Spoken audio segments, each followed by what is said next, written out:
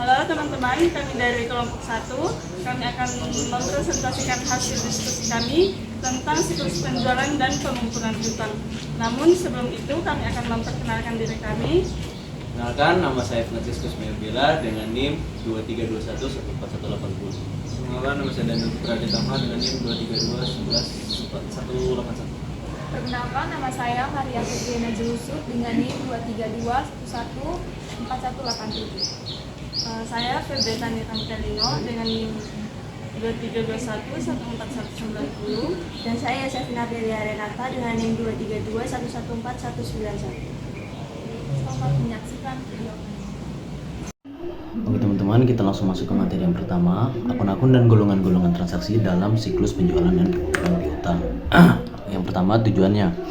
Untuk tujuannya itu untuk mengevaluasi apakah saldo akun-akun yang terpengaruh oleh siklus ini telah disajikan secara wajar sesuai dengan standar akuntansi. Nah, di dalam materi ini terdapat 5 kelompok transaksi dalam siklus penjualan dan pengumpulan piutang. Yang pertama, penjualan tunai dan kredit. Yang kedua, penerimaan kas. Yang ketiga, retur dan potongan penjualan. Yang keempat, penghapusan piutang tak tertagih. Dan yang kelima, penafsiran kerugian piutang, teman-teman. Selanjutnya yaitu fungsi-fungsi bisnis dalam siklus dan dokumen serta catatan terkait. Nah, di dalam bisnis terdapat 8 fungsi. Yang pertama, pengolahan permintaan dari konsumen. Yang kedua, persetujuan kredit. Yang ketiga, pengiriman barang. Keempat, penagihan kepada pembeli dan pencatatan penjualan. Yang kelima, pengolahan dan pencatatan penerimaan kas.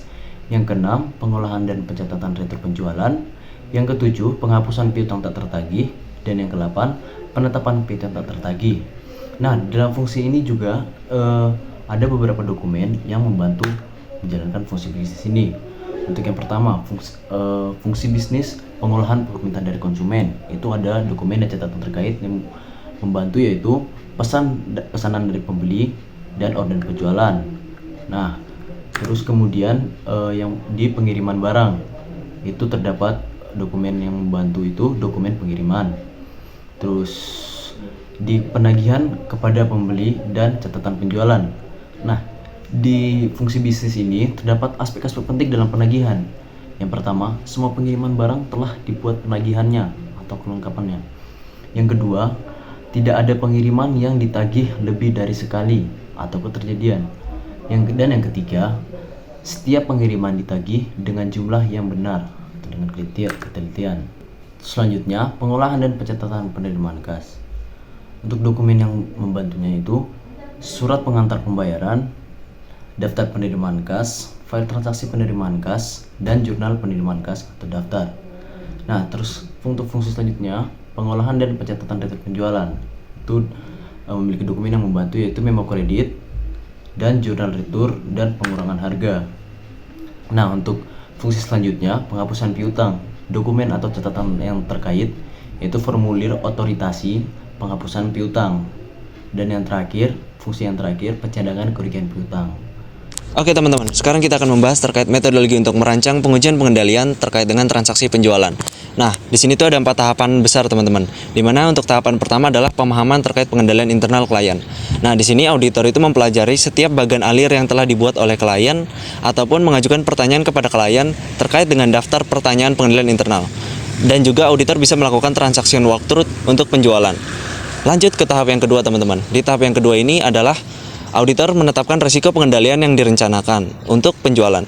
Nah, di sini tuh terbagi lagi menjadi 4 tahapan penting teman-teman. Dimana untuk tahapan yang pertama adalah auditor menetapkan atau membuat kerangka kerja yang terkait dengan risiko pengendalian. Nah, dimana ke-6 tujuan audit transaksi itu dapat dijadikan sebagai kerangka kerja untuk menilai risiko pengendalian teman-teman. Nah, terus lanjut ke tahap yang kedua. Di sini adalah auditor mengidentifikasi setiap pengendalian kunci dan defisiensinya.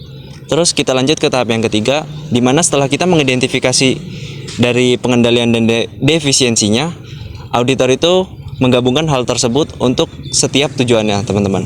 Nah, kita lanjut ke tahap yang terakhir. Di tahap yang keempat ini adalah auditor itu menetapkan risiko pengendalian untuk setiap tujuannya dengan mengevaluasi pengendalian kunci dan defisiensinya untuk setiap tujuan teman-teman. Oke teman-teman, sekarang kita akan membahas terkait dengan pengendalian dan defisiensi untuk setiap tujuannya. Nah, di sini itu kita meneliti terkait aktivitas pengendalian kunci untuk membantu auditor dalam meneliti setiap pengendalian kunci dan kekurangan untuk penjualan. Nah, di sini tuh ada 6 bentuk pengendalian teman-teman. Di mana yang pertama itu ada pemisahan tugas yang memadai, kedua pengotorisasian yang tepat, ketiga itu adalah dokumen-dokumen dan catatan-catatan yang memadai, terus yang keempat itu terkait dengan dokumen bernomor urut tercetak atau perinan berat, terus yang kelima itu terkait dengan laporan piutang bulanan terkait dengan penjualan kredit, dan yang terakhir keenam itu adalah prosedur verifikasi internal. Mau kemana? Masih ada 2 tahap lagi. Untuk tahap yang ketiga adalah terkait dengan luas pengujian pengendalian, di mana luas pengujian pengendalian itu sangat bergantung pada tingkat efektivitas dari pengendalian tersebut, di mana diyakini oleh auditor dapat menurunkan tingkat atau risiko dari pengendalian itu sendiri. Lanjut ke tahap yang terakhir atau tahap yang keempat, itu terkait dengan penetapan perancangan pengujian pengendalian untuk penjualan, di mana pengujian pengendalian dilakukan 1 atau lebih pengujian untuk memastikan bahwa pengujian tersebut dilakukan berdasarkan asersi manajemen yang terkait. Kemudian ada perancangan pengujian substantif transaksi penjualan. Pengujian substantif transaksi membantu auditor dalam menentukan apakah terdapat kesalahan penyajian moneter dalam transaksi penjualan atau tidak. Pengujian substantif transaksi tidak berhubungan langsung dengan pengendalian kunci atau kolom pengujian pengendalian. Tetapi luas pengujian substantif transaksi untuk sebagian bergantung pada ada tidaknya pengendalian kunci, hasil pengujian pengendalian, dan ada tidaknya kekurangan pengendalian internal untuk tujuan audit transaksi. Nah, auditor itu biasa memutuskan pengujian substantif menggunakan sejumlah prosedur yang berlaku tanpa memperhatikan keadaan tertentu. Prosedur audit yang digunakan itu tergantung pada pengendalian internal dan hasil pengendalian internal atas tujuan tersebut. Yang pertama, ketika penjualan yang tercantum dalam pembukaan sungguh-sungguh terjadi, kemudian transaksi penjualan yang terjadi telah dicatat, kemudian arah pengujian yang tepat, kemudian penjualan telah dicatat dengan teliti, kemudian transaksi penjualan telah dimasukkan ke dalam master file dan diiktisarkan dengan benar, kemudian penjualan dikelompokkan dengan benar, dan penjualan dicatat pada tanggal yang benar. Nah, selanjutnya prosedur-prosedur audit format rancangan dan format untuk dilaksanakan. Setelah prosedur audit yang tepat untuk suatu keadaan tertentu dirancang, maka prosedur-prosedur tersebut akan dilaksanakan. Namun akan tidak efisien apabila prosedur audit ditetapkan atas dasar format rancangan. Dalam mengubah dari program audit format rancangan menjadi format audit untuk dilaksanakan, prosedur-prosedur tersebut digabung. Hal ini dilakukan dengan maksud yang pertama, menghilangkan pengulangan prosedur. Kedua, memastikan bahwa apabila suatu dokumen diperiksa, semua prosedur diterapkan atas dokumen tersebut pada saat itu juga. Dan yang ketiga, membuat auditor bisa melaksanakan prosedur dengan urutan yang paling efektif. Baik, untuk retur dan pengurangan harga penjualan, pada dasarnya sama dalam pengolahan kredit memo. Namun, yang membedakan adalah tentang materialitasnya dan penekanan pada tujuan keberadaan. Untuk retur dan pengurangan harga penjualan, auditor biasanya memberi penekanan pada pengujian atas pencatatan transaksi untuk mengungkapkan pencurian kas yang berasal dari pengumpulan hutang yang sebelumnya telah diciptakan transaksi retur dan pengurangan harga penjualan fiktif. Selanjutnya adalah metodologi untuk perancangan pengujian pengendalian dan pengujian substantif transaksi untuk penerimaan kas. Itu ada 3, yaitu yang pertama menentukan pengendalian internal kunci untuk setiap tujuan audit, yang kedua merancang pengujian pengendalian untuk setiap pengendalian guna mendukung pengurangan risiko pengendalian, dan yang ketiga merancang pengujian substantif transaksi untuk menguji kesalahan penyajian moneter untuk setiap tujuan. Ada menentukan apakah penerimaan kas tersebut telah dicatat. Karena penggelapan kas akan sulit dideteksi apabila terjadi sebelum kas dicatat dalam jumlah penerimaan kas, terutama apabila penjualan dan penerimaan dicatat secara bersamaan. Kemudian pengujian penerimaan kas. Dalam pengujian ini, jumlah penerimaan kas sebagaimana tercantum dalam jumlah penerimaan kas untuk satu periode.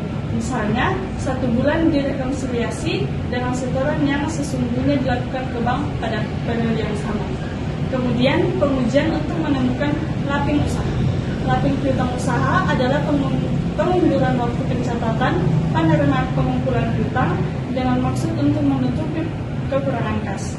Contohnya, menunda pencatatan penerimaan kas dari seorang debitur atau pelanggan dan menutupi kekurangan dengan penerimaan dari pelanggan yang lain.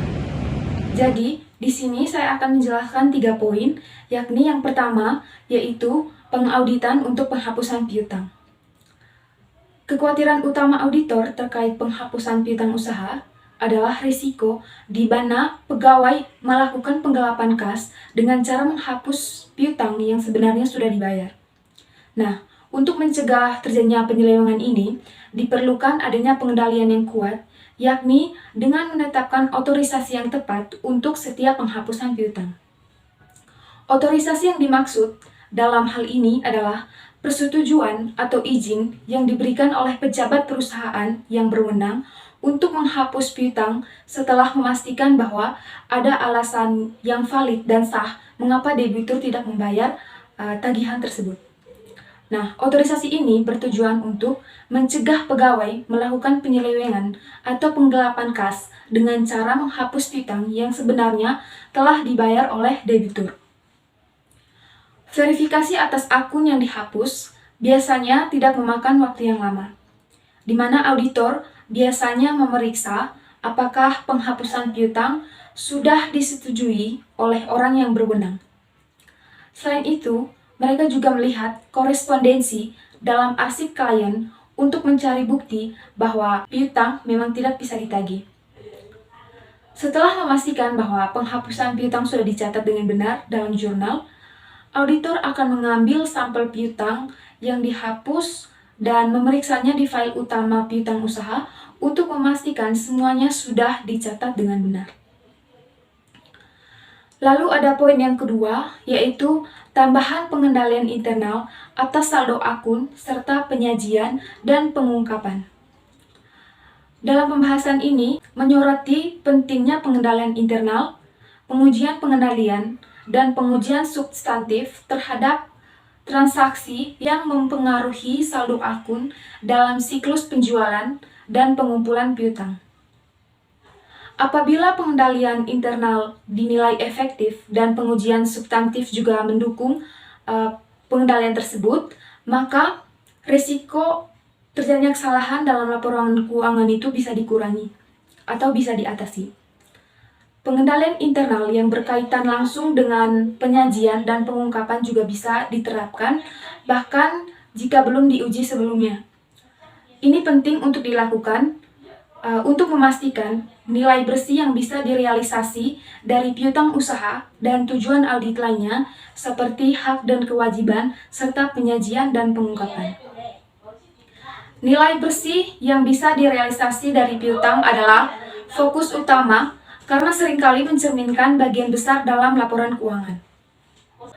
Auditor seringkali menetapkan risiko inheren pada tingkat yang tinggi untuk tujuan ini. Idealnya, klien harus memiliki pengendalian yang memadai untuk mengurangi kemungkinan piutang yang tidak tertagih. Selain otorisasi, ada 2 pengendalian lainnya yang penting, yakni yang pertama itu membuat daftar umur piutang untuk ditinjau dan ditindaklanjuti oleh manajemen yang tepat. Lalu pengendalian yang kedua, yaitu menetapkan suatu kebijakan penghapusan piutang apabila sudah tidak ada kemungkinan untuk ditagih. Selanjutnya ada poin yang ketiga, yaitu pengaruh hasil pengujian pengendalian dan pengujian substantif terhadap transaksi. Hasil dari pengujian pengendalian dan pengujian substantif transaksi memberikan pengaruh yang signifikan terhadap tahapan audit selanjutnya, terutama ketika memeriksa saldo akun seperti piutang usaha, kas, beban kerugian, dan cadangan kerugian piutang. Nah, apabila hasil pengujiannya tidak memuaskan atau tidak sesuai dengan apa yang diharapkan, auditor perlu melakukan pengujian tambahan terhadap penjualan, retur, penghapusan piutang, dan penerimaan kas. Setelah pengujian dilakukan, auditor harus memeriksa setiap penyimpangan atau penyelewengan yang terjadi untuk mengetahui penyebab dan dampaknya terhadap risiko pengendalian. Hal ini penting dilakukan karena bisa mempengaruhi risiko deteksi dan pengujian substantif berikutnya.